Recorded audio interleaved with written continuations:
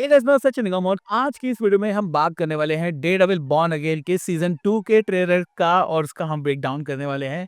Side guess बताऊंगा जो कि मुझे पता है, फालतू की हम बात नहीं करेंगे। और ऑलरेडी मैं तुम्हें बताना चाहूंगा ये बात कि उन्होंने मार्वल वालों ने बहुत ही बढ़िया ये काम किया है कि भैया 25 में दिया था उन्होंने सबसे पहले डेयरडेविल का बॉर्न अगेन का सीजन 1, अब 26 में सीजन 2, वो भी मार्च में, और लगभग लगभग सेम ही तारीख है। आई थिंक सेम ही तारीख होगी, मुझे ढंग से याद नहीं है। But I am very much excited क्योंकि कुछ रिटर्निंग कैरेक्टर्स हैं, जैसे फॉगी देखने को मिलता है, जेसिका जोन्स देखने को मिलती है, और बहुत सारी चीज़ें जो कि मुझे बताने की ज़रूरत है। तो मैं 2-3 चीज़ें मैंने लग रही मुझे पता चली है, हम बात करेंगे, ठीक है? Without wasting any more time, let's begin this video. तो ट्रेलर की शुरुआत में आप देख सकते हैं कि मैट मर्डॉक और कैरन जो है वो साथ में हैं। अब लास्ट सीजन की अगर बात करें तो लास्ट सीजन के एंड में हमने देखा था कि किस तरह से जो कैरन है वो अब आ चुकी थी वापस से, और वो मैट मर्डॉक का साथ देने वाली थी फिस्ट को हराने में। उसने कहा था कि एक टीम को असेंबल करने का टाइम है। तो हम देख सकते हैं कि दोनों साथ में हैं और इन दोनों का जो रिलेशन है वो चालू हो चुका है। हमको ऑलरेडी पता है कि ओरिजिनल शो में जो कि 2015 में चालू हुआ था, उसके अंदर हमने देखा था कि किस तरह से कैरन और मैट का एक अच्छा रिलेशनशिप था, जो कि बाद में एक रियल रिलेशनशिप भी बन गया था। तो अगेन इस शो में भी हमें वही देखने को मिलने वाला है, और थोड़े नेक्स्ट लेवल पे, क्योंकि लास्ट सीजन में हैदर किसी को पसंद नहीं आई थी। और काफ़ी लोग ये बोल रहे थे कि इस शो में अगर ये कैरेक्टर नहीं भी होती तो ज़्यादा अच्छा होता, या फिर कोई और कैरेक्टर होती, कोई और लव इंटरेस्ट होता तो ज़्यादा बढ़िया रहता। लेकिन डेफिनेटली इस बात से कंफर्म हो जाता है कि भैया अब जो कैरन और हमारा मैट मर्डॉक है वो साथ में है। हमें 1-2 शॉट भी दिखाए जाते हैं जहाँ पे आप देख सकते हैं कि जो कैरन है वो हमारे मैट मर्डॉक के साथ डांस वगैरह कर रही है, they are having a good time. साथ-साथ एक सीन में हम देख सकते हैं कि जो हमारा मैट मर्डॉक है वो कैरन को ट्रेन भी कर रहा है लड़ाई के लिए, क्योंकि उसको पता है कि जैसे ही वो कैरन को इस सिनेरियो में लेकर आ जाता है तब उसके ऊपर हमला हो सकता है, और वो उसको ट्रेन कर रहा है कि भैया फ्यूचर में अगर कभी हमला वगैरह हो तो तू अपने आप को संभाल पाए, विच आई लाइक द लॉट। साथ साथ एक चीज़ गौर से देख सकते हैं वो ये है कि ये दोनों जो है वो एक ऐसी जगह पे रह रहे हैं जो कि टोटली रन डाउन है और टूटी फूटी है। इसका मतलब ये है कि ये जैसे अपने न्यूयॉर्क वाले अपार्टमेंट में रहता था, ये वहाँ नहीं है, चर्च में भी नहीं है, ये कहीं पे छुपा हुआ है।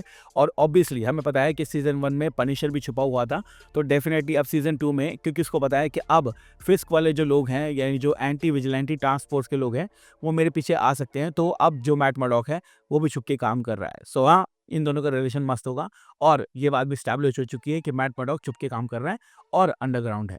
इसके बाद हमें अगला सीन देखने को मिलता है बुल्सआई का। अब बुल्सआई की अगर बात करें तो ओरिजिनल शो की तरह हम देख सकते हैं कि सीजन 1 में भी इसका ठीक-ठाक रोल था, और फॉगी को मारने के बाद मैट मर्डॉक इसके ऊपर पूरे तरीके से पागल हो चुका था।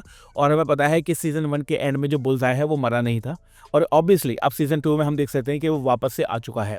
एक चीज़ आपको गौर से देखनी है यहाँ पे, आप शुरुआत के अंदर देख सकते हैं कि बुल्सआई जो है एक डाइनर में जा रहा है, उसे एक मिल्क शेक परोसा जा रहा है, और साथ-साथ उसको एक चेरी दी जा रही है। अब यहाँ पे ना मुझे 2 चीज़ें लग रही है, तो मैं दोनों चीज़ें तुम्हें बता देता हूँ। पहला, आपको पता है ओरिजिनल शो के अंदर जो बुल्सआई का कैरेक्टर था बेंजामिन पॉइंटएक्स्टर, वो एक्चुअली में एक लड़की थी जूली नाम की, जिसको वो स्टॉक करता था और उससे प्यार करता था बहुत ज़्यादा। तो मुझे ऐसा फ़ील आया इस सीन को देखकर कि यहाँ पर ऐसा हो सकता है कि इसको कोई और लड़की पसंद आ रही हो, जिसको ये स्टॉक कर रहा हो। साथ-साथ इस पॉइंट को देखकर ये आप बता सकते हैं कि भैया यहाँ पर ये किसी को मारने आया है। और बिहाइंड द सेट की जो इमेजेस हैं उसके अंदर हमने देखा था कि जिस डाइनर में ये है वहाँ पर खून खच्चर बहुत होने वाला है, और ये जो चेरी है इसकी जो बीज होती है वो इसका इस्तेमाल करके किसी को भी मार सकता है। और ये डेक्स्टर के लिए कोई बड़ी बात नहीं है। लास्ट सीजन में हमने देखा था उसने अपने दांत का इस्तेमाल करके एस्केप किया था और सबको मार दिया था।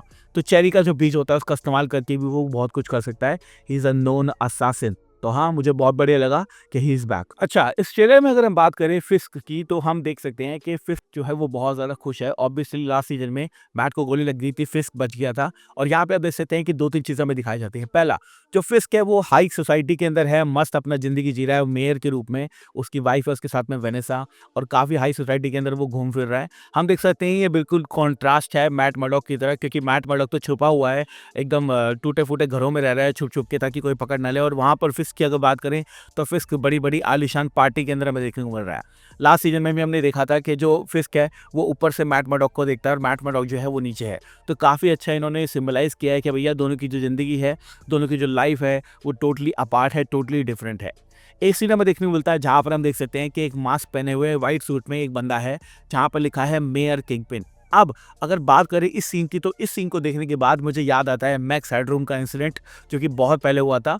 और बेसिकली पूरे जो इंटरनेट है और जो पूरा टीवी चल रहा था उसको इंटरप्ट करके उन्होंने अपना मैसेज दिया था और एक तरह से हाईजैक कर लिया था। तो यहाँ पर मुझे लग रहा है कि शायद टीवी चलते चलते मेयर किंगपिन की कोई बात चल रही होगी या फिर कुछ और चल रहा होगा, और वहाँ पर ये जो बंदा है ये उसको हाईजैक कर लेगा और फिस्क को धमकी देगा या फिर उसके लिए कुछ ना कुछ प्रॉब्लम खड़ी कर सकता है। तो आई लाइक दैट।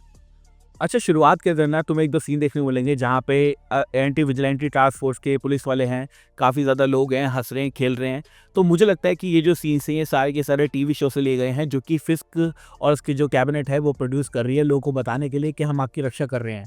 अब तुम्हें याद होगा सीज़न 1 के अंदर उसने स्पाइडरमैन का भी नाम लिया था। उसने ये भी कहा था कि जितने बंदे जो हैं वो विजिलेंटी हैं और जितने बंदे मास्क लगाकर घूमते हैं, हम सबको पकड़ लेंगे। तो इस सीज़न में पॉसिबिलिटी इस बात की बहुत ज़्यादा बढ़ जाती है कि हमें पीटर पार्कर या फिर स्पाइडरमैन देखने को मिल सकता है। आई एम नॉट सेइंग कि ऐसा होगा, लेकिन पॉसिबिलिटी इस बात की बहुत ज़्यादा बढ़ जाती है। क्यों? क्योंकि हमें ये शो देखने को मिलेगा मार्च में, इसके बाद डायरेक्टली जुलाई के अंदर हमें स्पाइडरमैन 4 देखने को मिलने वाली है और उसके बाद जो है वो आगे की कहानी सेट होगी। तो I will not be surprised कि कुछ ना कुछ जो एलिमेंट है वो इसमें कॉपी करें।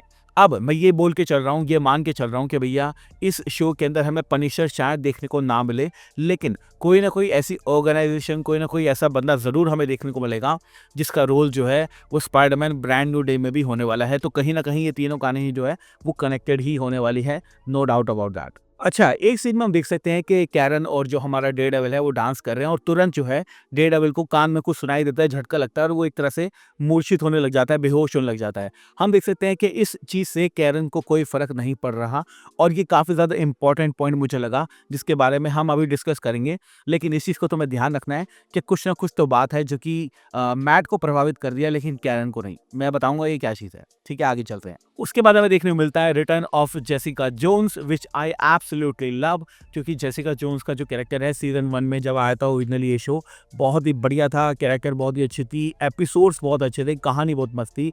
और जब डिफेंडर का शो आया था उसके अंदर तो ऑब्वियसली इन दोनों ने साथ में काम किया था, which I absolutely loved. Christian Ritter की बात करें तो आई लव हर, रियली मुझे बहुत अच्छी लगती है और एक्टिंग तो हमेशा बढ़िया करती ही करती है। और ये कैरेक्टर देखने के बाद आई एम डेफिनेटली श्योर कि इस शो के अंदर ना हमें बाकी के कैरेक्टर भी देखने को मिल सकते हैं।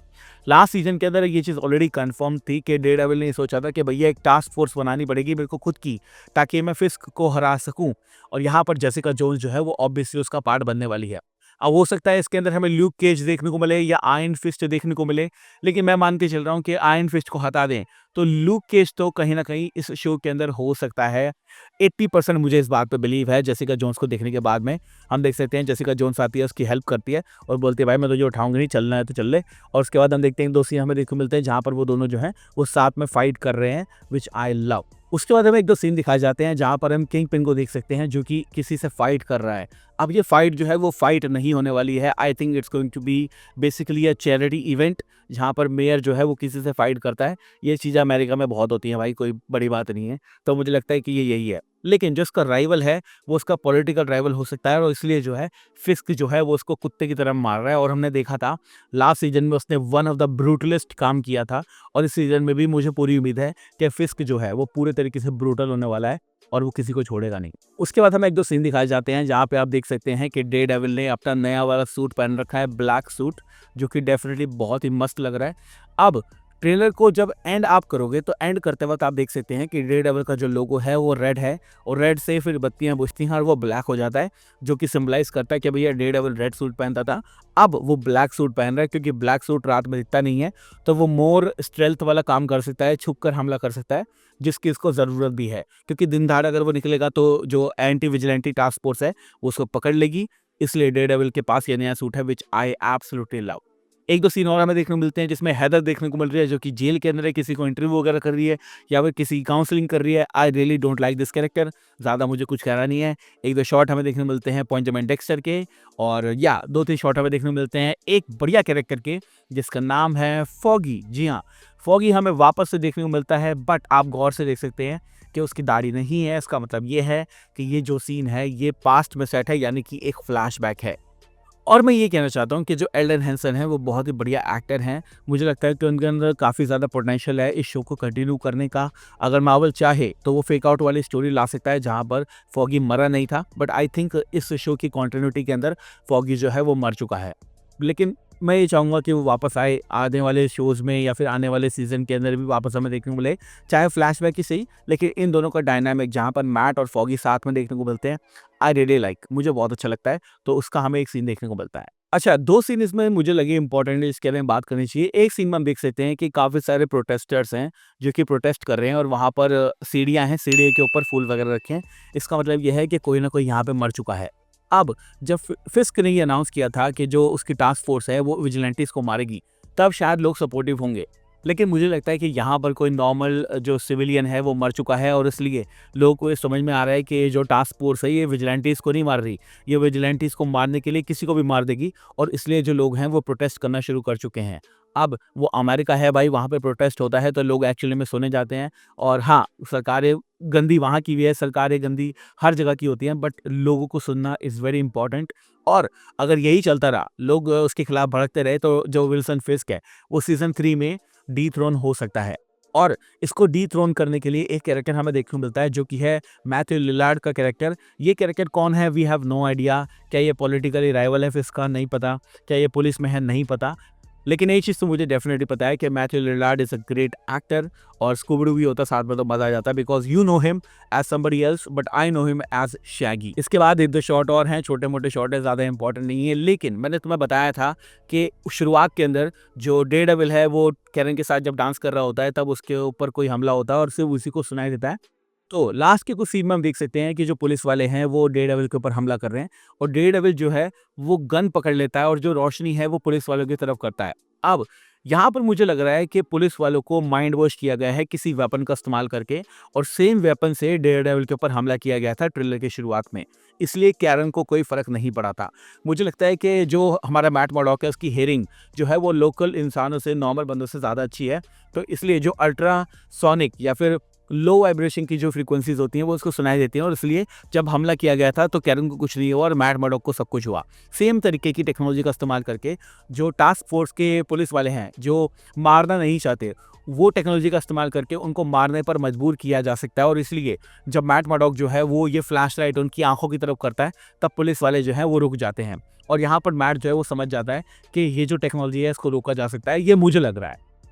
ऑब्वियसली शो मैंने देखा नहीं है, I am just making a educated guess. जो मुझे समझ में आया वो मैंने तुम्हें बता दिया।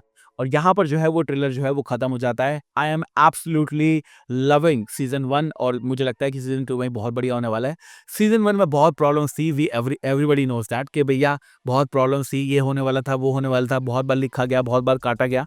लेकिन सीज़न 2 में ऐसा नहीं है, शुरुआत से सब कुछ किया गया है and I am very much excited to watch the second season of Daredevil born again. अब मुझे कमेंट सेक्शन में ये ज़रूर बताना कि तुम्हारे अकॉर्डिंग डेयरडेविल बॉर्न अगेन का सीज़न 2 सीज़न 1 से अच्छा होगा या नहीं होगा। अब सीज़न 1 में सबको कंप्लेंट्स थी कि म्यूज़ जो था वो बढ़िया विलन नहीं था, हेदर जो उसकी गर्लफ्रेंड है वो भी किसी को ज़्यादा अच्छी नहीं लगी। आई होप सीज़न 2 में ये चीज़ें अब नहीं होने वाली हैं क्योंकि हमने ऑलरेडी देख लिया है कि भैया उसका और कैरन का वापस से चालू हो चुका है, तो या वी लाइक दैट। और फटाफट से हम बात करेंगे जब ये शो आने वाला होगा तब हम बात करेंगे। बीच-बीच में अगर कोई ट्रेलर नया आएगा तो मैं उसके बारे में तुम्हें ज़रूर बताऊँगा। Thank you so much for watching this video. मैं हूँ सचिन निगम। मिलूँगा आपसे अगली वीडियो के अंदर। Bye guys, take care, love you all and have a great amazing day.